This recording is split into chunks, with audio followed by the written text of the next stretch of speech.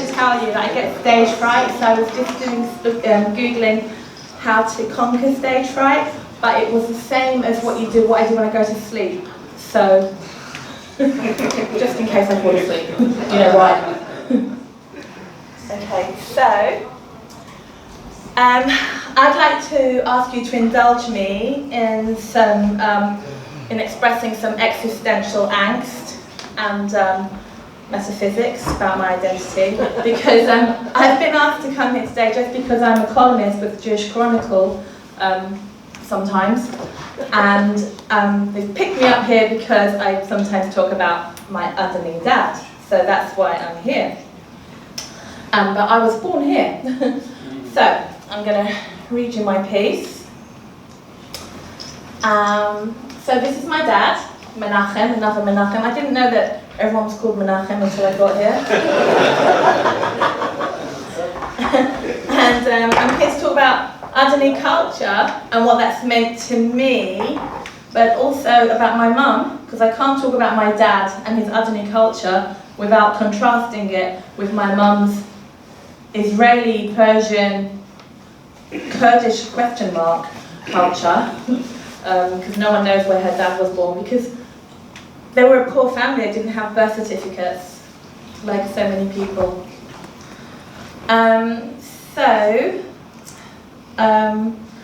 It's about me, it's really about my dad. But I was going to say, and I was born in Stamford Hill, Stoke Newington, so who am I? So it's all about me trying to locate myself and my identity and connect with my Adeni side, which I find really difficult to do. So I'm half Adeni, but I feel like it's the world that's disappeared to me, because my dad came here with all his memories and all his contemporaries, and so many of them have died, and it's so sad. So this is so fantastic, right? And the museum and everything. I know everyone's got their own stories, but here's mine, and I have the feeling of what's commonly called Saudade Day, which is a term that Kevin introduced me to. And if anyone who's familiar with that word, Saudade? Nostalgia? Yeah. So Portuguese, and I think it's got Arabic roots as well. And it's about feeling of longing and looking for belonging and identity and nostalgia and homesickness for something that you may never even, somewhere that might not even exist, but it's a longing to go back. So, what's happened to this story? Oh, there we go. Okay, so that's my mum. Okay, I'll start now a bit more properly. So, as a stand-up comedian, that's something else I've done. I used to sometimes begin my routines with, "Hi, my name's Misha Mansoor and I'm from Yemen." Who else is here from Yemen? And that was a standing joke, because nearly nobody had ever heard of Yemen. Now, obviously, my dad's not from Yemen, he's from Aden, but of course nobody's heard of Aden apart from everyone here. You're the only people in the world that have heard of Aden. And occasionally, ex-army men that I used to meet were very excited. "Your dad's from Aden? I was in the army there." And it was like really exciting. And suddenly I felt special, and somebody knew it wasn't made up like someone else was talking about. So, let's move on to Aden is a thing, and there's been a lot of stuff going on in Yemen, so it's on the news. So, my dad, like his parents and all his ancestors, were born in Aden under British rule, him of course, in August 1933.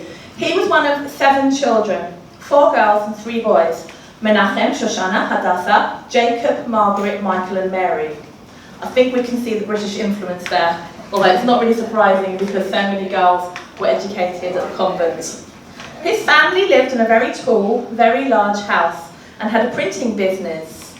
I think they did pamphlets. And they had Arab servants who were with them for many years. Still, he and his brother Michael made a nice side hustle catching rats, which they used to sell to the Chinese, who made jam. Here I was going to get out a picture of jam, but I didn't get one. But I have got a nice one of Where is it? Alright. But let's go back to my parents. I realise I'm forgetting to do this. These are pictures. This is like the old Facebook. Anyway, that's me and my parents on my mum's 80th birthday in Tel Aviv last October. And here's a book that many of you will probably be familiar with, of all the faces that were alive in Aden in the 50s? Yeah, that's my dad's. Yeah, that's my dad's granddad on the right there, I think. That's my dad's brother. That's my grandma. And the synagogue. That's my dad in the left-hand bottom corner there. Handsome fellow. And that's my dad. This is my favourite picture of my dad. So, his sister, Shoshana, when she was 18, through Aliyat Hanoah, she went to Jerusalem. So she went off. And then his other sister, Mary, she went on holiday to Cyprus. And then she came home with more than a hankering for Uzo. She came back pregnant at 18.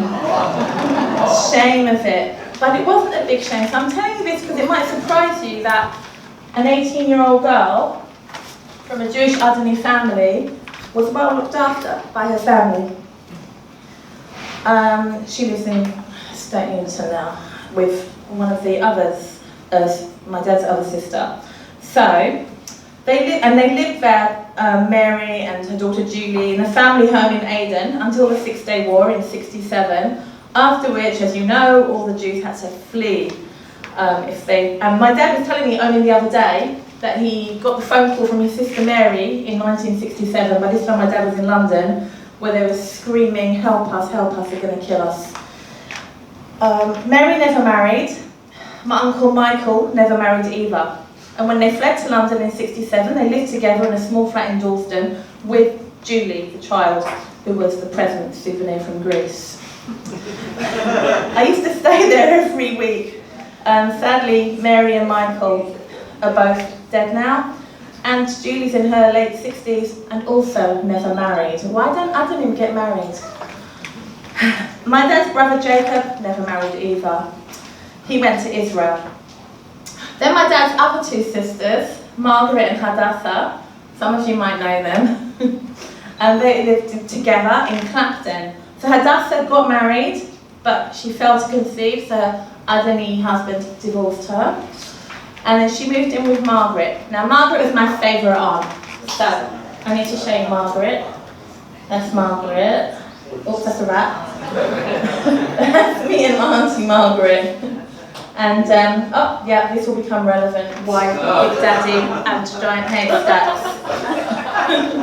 So they lived together. Margaret was a brilliant seamstress, and Hadassah used to sort of keep house and make lovely biscuits and everything, and we used to eat dibal. So every Saturday afternoon there'd be a big bowl of crisps, nuts, biscuits, and dibal, which I didn't know was Bombay mix. I thought it was just something completely.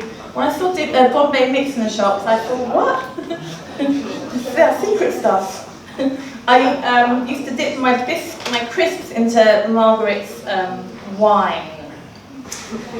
Auntie Margaret loved watching the horse racing and wrestling every Saturday. This lady that grew up in Aden, who went to a posh school, who used to love talking about the parties and the socialising and the clothes. Well, she just loved horse racing and wrestling. So she used to send me to the bookies every week, and then we used to watch it. I used to place my bets as well. I was like 7, between 7 and 11 I was there every week, gambling. So, she would scream at the TV when we were watching the races. It went a bit like this. Come on, you stupid bloody idiot sluggards! Yalla Majnoon, no, yalla, yalla! For like an hour, and we're like, give it to him, when it was a wrestling and everything. And I just thought that was completely normal. Kill him! Also. And Auntie Hadassah, they lived together. She didn't like that. She liked watching the Saturday afternoon film. But she used to get they had 2 TVs. They had a little black and white one. She'd bring it in, And they used to watch it side by side. The film next to all the racing and the wrestling. And she just would ignore us all, us both shouting and screaming. So this is Giant Haystacks and Big Daddy. And this is my, now, okay, we move on to my parents. So, my mother was born in Tel Aviv, my British Mandate Palestine in 1942. So she is the eldest of 7. And I think I had a picture of them. There they are. They don't really look that fat. They look like 7 dwarfs here. They're not. I think it's just a picture. So my mum was on the far left, the eldest of the 7 children. But she was desperate to escape poverty and living in one room, one single room, bedroom anyway. They didn't have a bucket in the corner or anything. They had a toilet. In abject poverty. So how did they meet? My dad travelled to Israel in 1959. Not for the first time. He'd already travelled there from Aden to do the army for 3 years. But this time, and that was in 53, this time in 59 he went there with a different agenda. He wanted a bride. So he put an ad in the paper. My mum, aged 17, just turned 17, she saw the ad. And 3 weeks later, they got married. 3 minutes left, okay. So, I want to tell you that they lived happily ever after, but they didn't. It took about 50 years. This is their, they've been married now 64 years. They live in London. These are some beautiful pictures, I think, from their wedding. Oh, back to there. Am I going the wrong way? Oh yeah, it's upside down. Right, okay, so my dad came to London. He worked in the East End. And, oh, that's my mother on the beach. I wanted to tell you that my mother suffered a lot for 1 year. No, she had a fantastic time, but she had some privations. She couldn't go out on her own. Tel Aviv to Aden, she had a completely different social experience. And here she is on the beach in Aden. Here she is with her hookah.